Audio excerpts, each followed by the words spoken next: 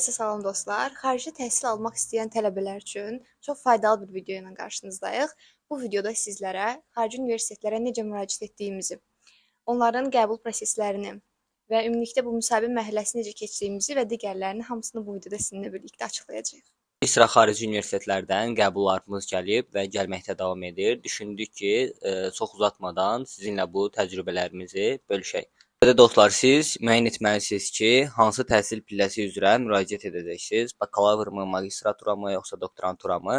Əgər magistratura təhsili üzrə müraciət etmək istəyirsinizsə, sizin bakalavr ortalamanız yüksək olmalıdır. Ən azı 75-dən yuxarı olmalıdır ki, siz universitetlərə qəbul olasınız. Yəni bu yenə də hər bir universitetdən asılı olaraq dəyişir. Yəni ən əsas şərt birinci GPA-dir, yəni ortalama.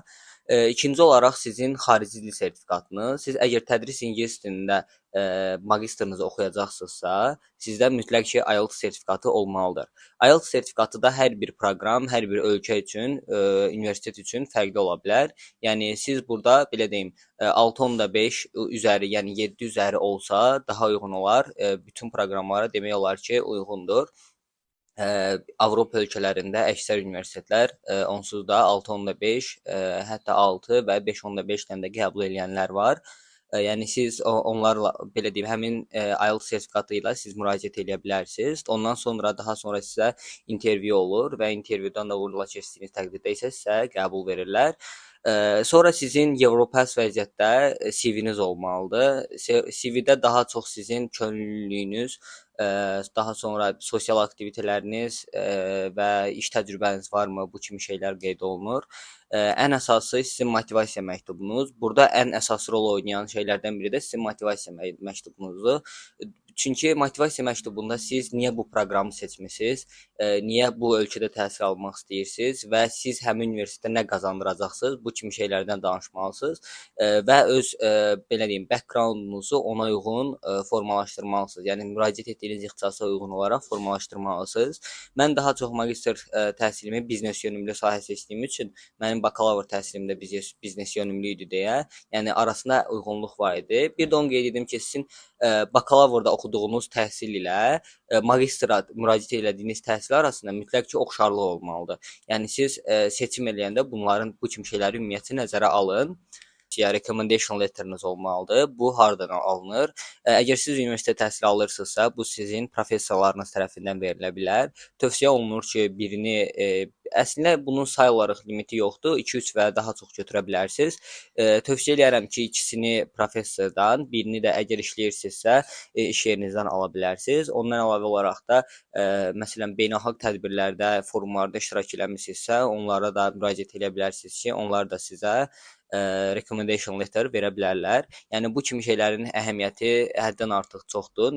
İrəliyən dəqiqələrdə biz sizə intervyu prosesində bu kimi şeylərin əhəmiyyəti barədə danışacağıq. Səncə, bu sadaladıqların içərisində ən önəmlisi hansıdır? Ən önəmlisi bu siyahıda ümumiyyətcə yoxdur. Ən önəmlisi ilk növbədə sizin pulunuz olmalıdır. Yəni çox pulunuz olmalıdır. Çox yox adətən, yəni belə deyim, pulunuz olmalıdır ki, çünki hər bir universitetin application feesi var. Ən azından onları ödəyə bilərsiniz.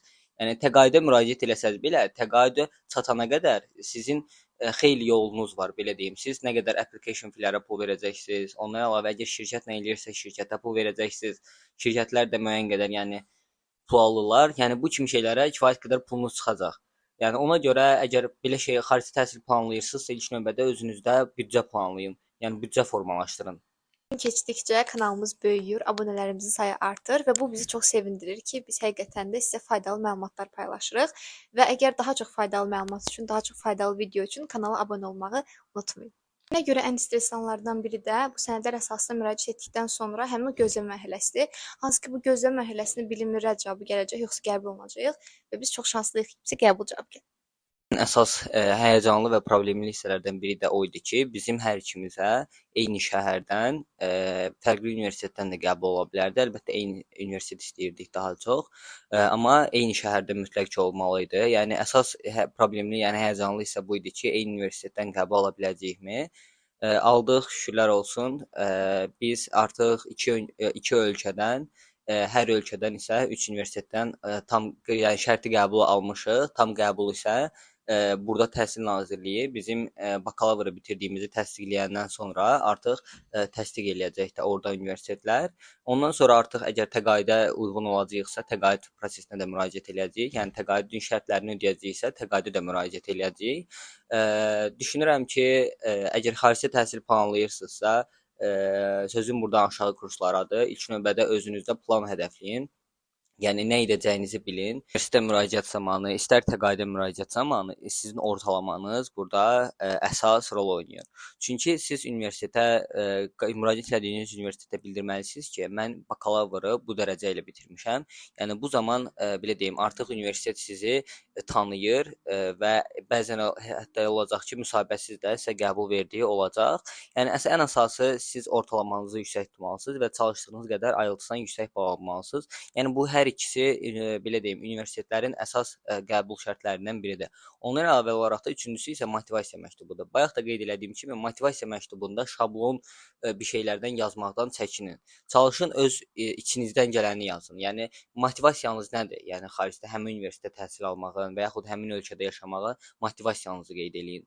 Yəni çalışın bu kimi şeyləri həmişə ağlınızda olsun və ən əsası birincisi GPA, yəni ortalamanız, ikinci IELTS dərəcəniz, üçüncüsü isə motivasiya məktubunuzu yaxşı formalaşdırın. Bir də ki, motivasiya məktubunuzu hər zaman özünüz yazmağa çalışın. Çünki özünüzü ən yaxşı siz tanıyırsınız və şirkətlər bir şablon üzərindən bir çox tələbəyə onu yazırlar və təbii ki, xarici universitetlər də bunu görür və əgər özünüz yazsaz, öz hisslərinizi həmin motivasiya məktubunda qeyd etsəz, bu sizin qəbul olma şansınızı daha çox artıracaq. Gələk intervyu mərhələsinə. İntervyu mərhələsi kimisi üçün çox rahat, kimisi üçün isə çox çətin keçir. Mənim üçün, yəni nə olsa nə çətin keçdi. Səbəb də odur ki, intervyuda mən həddən artıq çox sıxırdılar, həqiqətən sıxırdılar. Amma Zemada ümumiyyətlə elə bir şey olmadı. Zema ümumilikdə indiyə qədər girdiyimiz müraciət etdiyimiz universitetlərin içərisində bir dəfə intervyuya girdi. Onda da iki dəfə intervyuya girdi. Ondan sonra da səhər üçün qəbul verdilər. Amma məndə isə tamam fərqli idi. Bunlar deməli həmişə iş günü içərisində, 2-3 iş günü içərisində qəbul verirlər, yəni intervyudan sonra. Mənim bütün intervyularımı qəsdən bazar gününə salırdılar ki, mən o qədər həyəcanla gözləyim. Qəsdən edirdilər olmaya qarşı, mən həyəcanlanım deyə. Amma Zemada elə deyildi. Zemada bazar günü, həftə içi bunlar intervyu verirdi. Məsələn, 3-cü gün, 4-cü gün artıq cavabları bilinirdi. Məni isə süründürürdülər. Bilmirəm nədəndir bu səbəb. Mənlə nə problemləri var, bilmirəm. İnanclı olmaq. Hə, mən inanmırdım ona görə. Nəysə. Deməli, intervyu mərhələsində sizi ən çox narahat eləyən məqamlardan biri intervyuya nətər hazırlaşmalısınız. Elə insanlar ümumiyyətlə hazırlaşmır, elə insanlar da hazırlaşıb girir. Məsələn, intervyuların ümumiyyətlə iki məqsədi var. Biri sizin motivasiyanızı yoxlamaq, biri də ki, sizin ixtisasınız haqqında bilikləri yoxlamaqdır. Məsələn, mənim indiyə qədər girdiyim intervyuların içərisində bir dənəsində ümumi mənim təkcə motivasiyamı yoxladılar. Digər qalan hamısında isə mənim motivasiyamı və ixtisas haqqında biliklərimi yoxladılar. Daha çox əgər siz texniki yönümlü, bakalavrınız texniki yönümlüdürsə, sizin məsələn siz oxuyursunuzsa IT-də və yaxud məsələn sənaye mühəndisliyində və yaxud hər hansısa bir mühəndislikdə sizin artıq bu zaman sizin proyektlərinizdən və yaxud sizin indiyə qədər qoyduğunuz bacarıqlardan, layihələrdən falan istəyirlər ki, sizdən onları soruşsunlar. Çalışın belə deyim, bu bacarıqları, bu şeyləri özünüzdə formalaşdırın. Yəni layihələrdə falan iştirak eləyin. Bu sizin motivasiya məktubunuzda və xüsusilə də qeyd eləyin. Açığı mən motivasiya məktubumda biraz real olmayan şeylərdən danışmışdım. Yəni ona görə məni bəlkə də ona görə sıxırdılar. Ümumilikdə ona yaxın universitetə müraciət eləmişdik. Hələ ki 2 ölkə, yenə də belə deyim, qəbullarımız gəlməyə davam eləyir. Mənə 3 universitetdən reject gəldi. 3 universitetdən yox, daha doğrusu eyni universitetin 3 ixtisasından reject gəldi. Yəni qəbul eləmədilər. Açığı desəm mən həmin intervyuları keçə bilmədim. Çünki bir də onu qeyd edim ki, məsələn, intervyular iki formatda olur. Biri var sizdən rekord formatda götürərlər. Biri də var canlı bir şəxs ola. Canlı bir şəxsdən qətiyyən qorxmayın həqiqətən. Yəni canlı bir şəxsdən daha da maraqlı olur intervyu. Çünki məsələn siz sualın izahını və yaxud sualı şərtini başa düşmürsünüzsə, siz qarşınızdakı insana deyə bilərsiniz ki, məsələn bu sualı biraz da aç da mənim üçün. Yəni o sizə köməklik göstərir. Biri də var sizin qarşınızda robot ola. Siz artıq müəyyən vaxt ərzində siz cavab verə bilmirsiniz. Bu zamanda belə deyim, həmin intervyudan keçə bilməmiş olursunuz. Yəni bu kimi şeyləri nəzərə alın və intervyuya girərkən mütləq şəkildə əvvəlcədən hazırlaşmağınız tövsiyə olunur. İstər iş müsahibəsi olsun, istər universitet müsahibəsi olsun, heç birinə hazırlaşmadan getməyin ümumiyyətlə. Çünki əgər hazırlaşmasanız özünüzü itirəcəksiniz və yəni müsahibəni kəsə bilərsiniz yəni. Çalışın əvvəl qazandığınız nailiyyətlərinizi müsahibə zamanı şişirdin. Yadımdadır ki, diplomasiya ixtisasına müsahibə gəlmişdi və həmin müsahibədə qadın məndən dayanmadan sualın içərisindən sual çıxardırdı və deyir ki, niyə görə bu ixtisası seçdin? Mən sadəcə o ixtisası seçmək adına seçmişdim. Yəni, hər hansı bir məqsədim yox idi o ixtisasla bağlı və ağlıma gəldi ki, deyim ki, diplomat olmaq istəyirəm. National Assembly-də diplomat olacağam, hüquqlar qoruyacağam, qanun qəbul edəcəm. Dedi ki, niyə haqqında qanunlar qəbul edəsən, niyə qanun qəbul etmək istəyirsən? Mən dedim ki, kənd yerlərində erkən nikahlar və s. yəni o an ağlıma nə gəldisə dedim və ağlıma hər gələndən sonra yenə sual verirdim. Yenə sual və yenə sual verirdim. Sual verəcəm, mən yenə cavab verirəm, yenə cavab verirəm. İntervyuda buna görə, yəni tövsiyə olunur ki, hazırlaşasınız. Ümumi, yəni hazırlaşma üsullarından biri sizin məsələn hansı universitetə müraciət eləyirsinizsə, həmin universitetin YouTube-da intervyu belə deyim də, tələbələrin intervyuları olur. Onlara baxmağınız tövsiyə olunur. Ondan əlavə olaraq da hal-hazırda texnologiya dövrüdür. Yəni siz süni intellektdən istifadə edə bilərsiniz. Məsələn, bunun ən yaxşı yolunu sizə öyrədim. Vilnius Universiteti bunun mənə intervyu suallarını ver, qarşısına ixtisası yazın. Bu zaman sizə artıq həm bu webdən axtarış eləyir, həm də özü sualları yazır və sizə ən uyğun formatda həm texniki, həm də motivasiya suallarını sizə təqdim eləyir. Mən açığı desəm, həmin suallar üzərindən hazırlaşmışdım. Məsələn, yeri gəlsə heç müraciət elədiyim ixtisasın öz ixtisasımla çox elə belə əlaqəsi yox idi və həmin ixtisasda mən düzəməli heç nə bilmirdim. Ona görə mən həmin süni intellektlə hazırlaşdım və onun belə deyim faydasını gördüm həqiqətən. Yəni çalışın siz də intervyulara əgər hazırlaşırsınızsa hal-hazırda süni intellektdən və yaxud həmin universitetlərin veb saytından istifadə edə bilərsiniz. Universitetlərin veb saytı demişkən, məsələn, əsas intervyu götürən şəxsin məqsədi odur ki, siz məsələn tutaq ki, seçildiniz. Məsələn, bir tələbə bəlkə də 50 yerə müraciət eləyə bilər. 50 yerin içərisindən bir yeri seçir sonda. Artıq universitetdə bilməlidir ki, məsələn, həmin tələbə bizi seçəcək və buna uyğun da sizin motivasiyanızı yoxlayır. Yəni sırf onlar sizin biliklərinizə uyğun yox, yəni siz onları seçəcəksinizmi? Onu da sizdən həmin intervyuda aydınlaşdırmaq istəyirlər. Məsələn, mən açığı bir şeydə qəbul gələcəyini məsələn tam bildim. Əgər bir intervyunun sonunda sizdən yataqxana barədə falan məlumat verirlərsə, bilin ki, həmin universitetdən qəbul almısınız. Yəni 100% bilin. Baxın, məsələn, mən intervyuya girmişdim, Vilnius TX-ə, həmin intervyuya girdim. Açığı desəm, mən həmin universitetin 3 ixtisasına reject aldım, keçə bilmirdim çünki. Sonra mənə orada intervyuların heç birinin sonunda, məsələn, yataqxana barədə məlumat vermədilər. Lakin mən ondan da daha yaxşı universitetin, Vilnius Universiteti, hansı ki Litvada ən yaxşı universitetlər üzrə birincidir. Mən oradan intervyuya girmişdim. Hətta intervyunun ortasında belə internetin dəfələrlə getdi və mən hər dəfə girəndə xanımdan üzrxahlıq eləyirdim və buna baxmayaraq yenə də birtəhər intervyunu verdim və yenə də belə deyim, həmin intervyunun sonunda mənə yataqxana barədə məlumat verdi. Artıq biraz da içimdə rahatlıq var idi ki, həmin bu universitetdən qəbul almışam.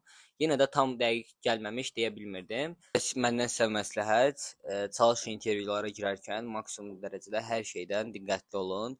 İstər evin səs-küyündən, istər belə deyim, internetinizdən özünüzlə yəni ehtiyatda, hətta telefonunuzda belə megabayt saxlayın ki, əgər evdə internetiniz getsə, megabaytdan tez cəhd qoşula biləsiniz. Yəni bu mənim başıma gələnləri deyirəm. Yəni məsələn çalışın ki, olmasın sizdə. Yəni bu kimi şeylərin hamısı sizin qəbul prosesinizə təsir eləyir. Çalışın olmasın, heç nə. Bəzən də elə olur ki, qəbullar müsahibəsiz gəlir. Ən çox istədiyim universitetin, ən çox istədiyim ixtisası biznes hüququ. Mən bu ixtisasla bağlı, yəni günlərdə müsahibəyə hazırlaşırdım və bir gün oyandım ki, qəbul gəldi. Şoka düşdüm. Çox stressli biriyəm, amma elə deyil də. Yəni hər şeyi akışına buraxan biridir, amma mən elə deyiləm. Mən bir ara fikir verirdim ki, ümumiyyətlə daha o qədər stres çəkirəm ki, bu qəbul prosesi ilə bağlı heç intervyulara buna görə nə doğru düzgün hazırlaşa da bilmirəm və bu mənim intervyularıma təsir eləyir. Sonra yavaş-yavaş mən də axarına buraxmağa başladım və fikir verdim ki, axarına buraxdıqdan sonra artıq yavaş-yavaş işlərimin demək olar ki, qaydasına düşür. Yenə 4-cü kursunuzsa, hal-hazırda intervyulara girirsinizsə, özünüzü qətiyyən stressə salmayın. Hər şey olacağına varır deyirlər. Yəni hər şey haqqınızda xeyirlisi olacaq. Yəni sizin illərdir çəkdiyiniz əziyyətin qarşılığını zaten siz görəcəksiniz. Yəni buna görə də özünüzü çox yormayın, amma maksimum dərəcədə diqqətli olun. Çalışın hər hansısa bir belə deyim, detalı itirməyəsiniz. Yəni hər şeydən məlumatınız olsun. Xüsusilə şirkətlə müraciət eləyirsinizsə, onlara qarşı daha da 2 qat baskılı olun ki, onlar sizin hər hansısa bir sənədinizi və yaxud təqaüdə müraciətinizi, universitetə müraciətinizi belə deyim, göz ardı etməsinlər. Bu kimi şeyləri nəzərinizdə saxlayın. Açığı biz özümüz də şirkətlə müraciət edirik və biz onlara həqiqətən çox minnətdarıq. Bizim açığı desəm, mən çox belə deyim, problemli biriyəm və mən hər şeyin çox üstünə gedirəm. Ona görə də bəzən onları çox yorduğumun da fərqinə varıram. Bilmirəm, bəlkə də axır necə qurtaracaq bu prosesin, amma ümid edirəm ki, yaxşı qurtaracaq. Hal-hazırda çox yaxşı gedirik. Sağ olsunlar bizə məsələn universitetin intervyularından tutmuş qəbullara qədər hər şey barədə detallı məlumat verirlər. Eynilə təqaüd prosesləri barədə və bizim sənədlərin yığılmasında və s. kimi hər şeydə bizə dəstək olurlar. Buna görə açığı şirkətlə müraciət etməyiniz çox faydalıdır. Məsələn, hardan hansı sənədi götürəcəyinizi və yaxud hansı sənədləri yığacağınızı, məsələn, application fee-ni yenə də tələbə özü ödəyir. Amma universitetə belə deyim, müraciət prosesini, motivasiya məktubunun yazılması falan hər şeyi şirkət, yəni müraciət elədiyiniz şirkət eləyir. Açığı desəm şirkət seçməkdə çox diqqətli olun. Hal-hazırda çox dələduzlar, fırıldaqlar var. Yəni sizi belə deyim, pulunuzu alıb, yəni sizə hər hansısa bir özəl universitetdən hansı ki tərəfdaşı olduğu universitetlərdən qəbul alacaqlar. Sonra da deyəcəklər ki, sizə başqa universitetdən qəbul gəlmədi. Yəni bu kimi şeyləri seçərkən çox diqqətli olun. Biz şirkət seçərkən çox diqqətli idik. Həqiqətən mən çox araşdırırdım bütün şirkətləri. Dəfələrlə eyni şirkətin müxtəlif konsultasiya aparanının, yəni konsultasiyalarında olmuşam ki, görün bu başqası nə deyir. Yəni siz də belə deyim, əgər özünüz etmirsinizsə bu prosesi, şirkət eləyəcəksə bu kimi şeyləri nəzərinizdə saxlayın. Ondan əlavə olaraq da əgər özünüz müraciət eləyirsinizsə, məsələn mən işimlə bağlı olaraq və dərslərimlə bağlı olaraq heç cür çatdıra bilmirdim. Ümumiyyətcə kursum, işim və dərslərim mənə belə deyim də çox çətin olurdu ki, mən universitetə magistra müraciət eləyim. Buna görə də mənim vaxtım çox qıt idi. Əgər sizdə belə bir probleminiz varsa, məsləhət görürəm ki, şirkətlə eləyəsiniz vaxt itirmədən. Amma yox, kifayət qədər vaxtınız varsa, özünüz eləməyini elə ən doğrusudur. Çünki heç kim sizi sizdən yaxşı tanımır və heç kim sizi qədər də sizin işinizdə məsuliyyətli deyil. Əgər ingilis diliniz yetərlidirsə və belə deyim, məsələn siz açığı desəm universitetə müraciət etmək o qədər çətin bir prosedur deyil. Məsələn siz ilk növbədə nəyi bilməlisiniz? Hansı ixtisaslara müraciət edəcəksiniz? Bunu da ilk növbədə siz ölkə seçməlisiniz ən əsası. Ölkəni seçdikdən sonra həmin ölkədəki universitetləri araşdırmalısınız. Universitetləri araşdırdıqdan sonra hansı ixtisaslara müraciət edəcəksiniz, onları seçməlisiniz. Onları seçdikdən sonra artıq bir-bir həmin universitetlərin daxil olursunuz veb-saytına. Veb-saytında isə bu barədə ixtisaslara nə vaxt deadline-dır, nə vaxt application procedure bitir və s. bu kimi şeyləri həmin saytlardan görə bilərsiniz. Bunu da qeyd edim ki, əgər siz intervyuya hazırlaşırsınızsa və yaxud hazırlaşacaqsınızsa, bizə Instagram adresimizi bura qoyuram. Instagramdan yaza bilərsiniz. Biz sizə PDF-i verək, intervyu sualları olan. Yəni demək olar ki, bütün universitetlərin intervyu sualları aşağı-yuxarı oxşardır. Hazırlıq müddətimizdə bizə bu suallar çox kömək olmuşdu. Bizə yazaraq intervyu suallarını əldə edə bilərsiniz. Keçək bizə Instagramdan gələn sualları cavablandırmağa.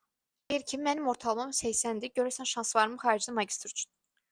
İlk növbədə onu qeyd edim ki, 80+ ortalama ümumiyyətcə kifayət qədər yaxşı ortalamadır. Siz təqaüd proqramlarına yox, daha çox universitetlərə, yəni normal rahat qəbul ola bilərsiniz. Lakin təqaüd proqramlarına isə sizin ortalama biraz az olur. Əgər hal-hazırda 3-cü və yaxud 2-ci kursdasınızsa, tövsiyə eləyərəm ki, ortalamanızı qaldırasınız. Daha sonra isə 85 ən az olduqdan sonra siz rahatlıqla təqaüdlərə də universitetlərə də müraciət edə biləcəksiniz. Amma onu qeyd edim ki, yəni 80+ ortalama kifayət qədər uğurlu ortalamadır. Qeyd edim ki, mənim ortalamam 84,51-dir. Səndə neçədir? 92. Malades. Sualımız isə odur ki, xarici təhsil üçün mütləq sosial aktivitetlərə önəm daşıyırmı? Məncə ən çox elə bu önəm daşıyır. Mənim müsahibə götürən xanım önünə mənim CV-mi və motivasiya məktubumu qoymuşdu və bir-bir yazdığım ora cümlələri mənə təkrar sual verirdi. COP29-da könüllü fəaliyyətim, eyni zamanda AIESEC təşkilatında olan fəaliyyətimdən çox yaxından maraqlandı. Baxmayaraq ki, mən AIESEC-in sadəcə bir təlimində, forumunda iştirak etmişdim, You Speak Forum və həmin mən sual verdi ki, orada könüllü mü olmusan? Sadəcə dedim ki, bir təlimində iştirak eləmişəm və yəni onunla belə çox maraqlandı. Çalışıb beynəlxalq təşkilatlarda əgər hüquq tələbəsinizsə, ELSA-da, AIESEC gənclər təşkilatıdır, orada da maraqlana bilərsiniz könüllü proqramlardan. Ümumiyyətlə bütün beynəlxalq proqramlarda iştirak etməyə çalışın və düşünürəm ki, bu sizin gələcək karyeranız üçün də çox önəmli addımdır. Xarici qəbul hər hansı bir şirkət məsləhət görərsiniz, siz özünüz etmisiniz yoxsa? Mən proseduru özüm də eləyə bilərdim. Sadəcə olaraq mənim bayaq da qeyd etdiyim kimi vaxtla bağlı problemim var idi. Ona görə mən özüm eləmədim proseduru. Xarici təhsilə müraciət zamanı, yəni hər hansısa bir şirkət mən açıq desəm, əgər özünüz eləyə bilirsinizsə, tövsiyə eləmirəm. Bayaq da qeyd etdiyim kimi sizin işinizi sizdən yaxşı heç kim görə bilməz. Amma belə biz elədiyimiz şirkətlə, yəni hal-hazırda prosesimiz tam yerinə yetməyib. Yəni tam belə deyim də, ümumi prosesimizi bitirməmişik, amma hal-hazırda indiyə qədər heç bir problem yaşamamışıq həmin şirkətlə. Əgər siz həmin şirkətlə bağlı maraqlanmaq istəyirsinizsə, bizə Instagram üzərindən yaza bilərsiniz. Biz sizə Instagramdan həmin şirkət barədə məlumat verə bilərik. Proqram ilə müraciət etmisiniz, ya necə? Müraciət etdiyimiz ölkələrin öz daxili təqaüdləri və dövlət təqaüdlərinə müraciət etmişik. Ondan əlavə olaraq da bizim öz dövlət proqramımıza müraciət etməmişik. Bunun da bir çox səbəbləri var ki, məsələn biz magistr təhsilə müraciət edirik və magistr təhsili bitdikdən sonra biz dərhal belə deyim, Azərbaycana qayıtmaq məcburiyyətinə qalacağıq, əgər dövlət proqramını seçiriksə. Ondan əlavə olaraq da mənim göstəricilərim dövlət proqramına uyğun deyildi, lakin Zemanın göstəriciləri uyğun idi. Lakin yenə də biz seçmək istəmirdik, çünki dövlət proqramında müəyyən məhdudiyyətlər var idi. Bizim əsas yəni hədəfimiz müraciət etdiyimiz ölkənin dövlət təqaüdünə və universitetlərin daxili təqaüdlərinə müraciət etmək idi. Xarici təhsilə müraciət zamanı hər hansısa bir sualınız varsa, hər hansısa bir qaranlıq məqamınız varsa, bizimlə Instagram üzərindən əlaqə saxlaya bilərsiniz. Biz sizin suallarınıza cavab verməyə hazırıq. Ondan əlavə olaraq da kanalımızın daha da böyüməyi üçün, daha böyük kütlələrə çatmağı üçün sizin dəstəyiniz çox vacibdir. Bunun üçün abunə olmağınız kifayətdir. Sağ olun, uğurlar hər birinizə.